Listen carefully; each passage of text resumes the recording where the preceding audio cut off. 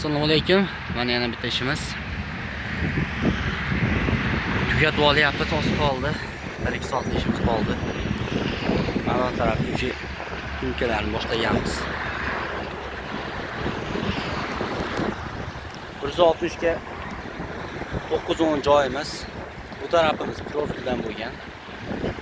Tegasi akamiz o'z profildan bo'lgan. Bu tarafimiz esa o'zimizning kantimiz profildan bo'lgan. Akamizga ona chiroq sigirlik. Stokalar turbadan bo'ldi. 100 turba.